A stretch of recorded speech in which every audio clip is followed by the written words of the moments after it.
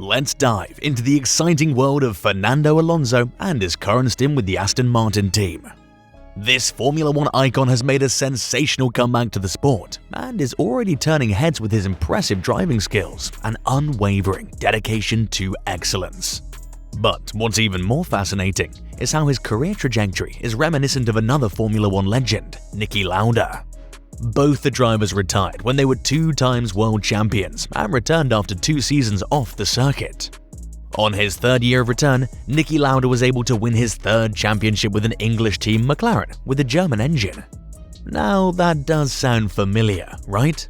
Because Alonso, on his 3rd year return, is driving for an English team, Aston Martin, with engines supplied by Mercedes. That does sound like a fairy tale, but what if the legend came out to be true with Fernando Alonso? In this video, we'll talk about one of the greatest racing drivers of all time, Fernando Alonso. From his early beginnings to his current status in the Formula One world, we'll cover everything you need to know about this legend. Fernando was born on July 29, 1981 in Oviedo, Spain, and had a humble upbringing. Luis Alonso, a keen amateur kart racer, wished to share his passion with his children and built them a pedal kart in the form of a realistic-looking miniature F1 car. The kart was originally made for his sister, but she lost interest in it as she grew up.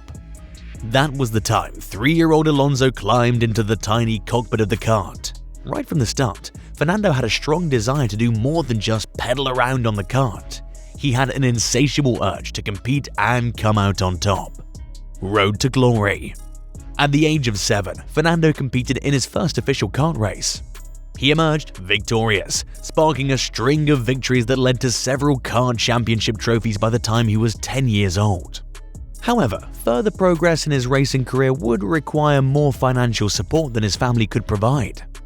Despite the challenge, Fernando's parents fully supported their son's passion and actively helped him pursue it. Fernando was determined to continue winning races, knowing that sponsorship would be key to his success. Fernando dominated the Spanish karting scene, easily winning 3 national titles in 1994, 1996, and 1997. He also competed in the European karting competition, finishing 2nd. By his mid-teens, Fernando had become the World Junior Karting Champion, solidifying his position as a rising star in the world of motorsports. Alonso's professional racing career began in 1999 when he joined the Spanish Formula Junior Championship. The following year, he moved up to the Euro Open Movistar by Nissan Series, where he won the championship in his rookie year. This immediately earned him a ticket to Formula 3000 in the year 2000, where his solid win at Spa and securing 4th position in the championship, he was all set for F1. He made his debut with Minardi at the 2001 Australian Grand Prix. He was the 3rd youngest driver of F1 at the time. Even though his first F1 car was not competitive, he could still complete races and finish ahead of his teammates and sometimes ahead of technically superior cars. His determination towards the sport caught the attention of the Renault Formula One team, and he was signed as their test driver in 2002, a valuable experience that would enable him to immediately establish himself as a frontrunner when he joined the French automaker's team in 2003. In 2003, Alonso became a full-time Formula One driver with the Renault team. On his 2nd race for Renault, he became the youngest ever pole winner in Malaysia, a record that remained unbroken for the next 5 years. Shortly after that, in Hungary, he became the youngest ever Grand Prix winner in history at the age of 22. At the race start, he had a staggering 15-second lead in just 9 laps. Hungary was Renault's only win. Not only was Alonso outdriving his car, but his teammate was as well. Of the 7 races both drivers finished, Fernando beat his teammate 5 times. In 2004, Fernando Alonso faced challenges with the Renault R24, a car that was difficult to drive and struggled to achieve a win. Despite this, he finished 4th in the championship. However, he'd fully integrated into the team and used the experience to refine his driving skills and racing strategy further. With the arrival of the excellent R25 car, Alonso was able to showcase his full potential and truly come into his own on the track. In 2005, Alonso ascended to the pinnacle of motorsports with the Renault R25, displaying a level of precision and finesse that left the competition floundering in his wake. With an astonishing 7 victories and 13 podium finishes in 19 races, his dominance was unquestionable, tallying a total of 133 points, 21 more points than his rival Kimi Raikkonen. From the twisty streets of Monaco to the high-speed straights of Monza, and he often showed his tactical and strategic acumen by making the right calls on pit stops, tyre changes, and fuel loads. Alonso's superb driving, combined with the excellent engineering and teamwork of the Renault squad, made him a deserving champion and a popular figure in the paddock. This made Alonso the youngest F1 champion at the time, at 24 years old. But Alonso's greatest challenge was yet to come. In 2006, he faced fierce competition from his former teammate Giancarlo Fisichella and the Ferrari duo of Michael Schumacher and Felipe Massa. The season was marked by several dramatic moments, such as Schumacher's infamous parking at the Monaco Grand Prix and the spy scandal involving McLaren and Ferrari. Alonso and Renault had to fight hard for every point and every win, and their resilience and determination paid off in the end. Alonso won 7 races again, but he had to share the limelight with Schumacher, who won 6 and pushed the Spaniard to the limit. The title decider came at the season finale in Brazil, where Alonso had to finish in the top 5 to secure his second championship. Despite some tense moments and close calls, Alonso did what he does best, outdriving his car, finishing 3rd behind Massa and Fisichella, and clinching the title by 2 points over Schumacher. It was a thrilling and emotional moment for Alonso and his team, as they'd beaten the mighty Ferrari and its legendary driver in a hard-fought battle. After leaving Renault, Alonso raced for McLaren.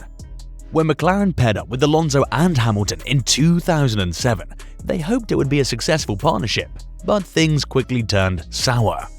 Despite Hamilton proving himself a formidable opponent, there was tension and rivalry between the two drivers.